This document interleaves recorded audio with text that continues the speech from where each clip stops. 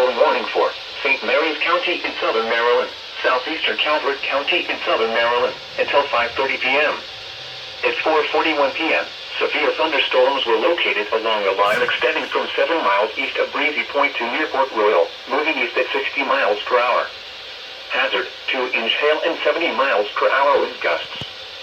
Source, radar indicated. Impact, expect wind damage to trees and power lines. Hail is large enough to dent and damage vehicles. Some hail damage to roofs, siding, and windows is possible. Locations impacted include Lexington Park, Chesapeake Ranch Estates, Leonardtown, Piney Point, Tall Timbers, St. Inigo's Creek, Couple Creek, St. Mary's City, St. Leonard Creek, St. Clement Bay, Town Creek, Flag Harbor, St. Mary's River, Calvert Cliffs, California, Lusby, Keatuxent River Naval Air Station, Hollywood, St. Leonard and Drum Point.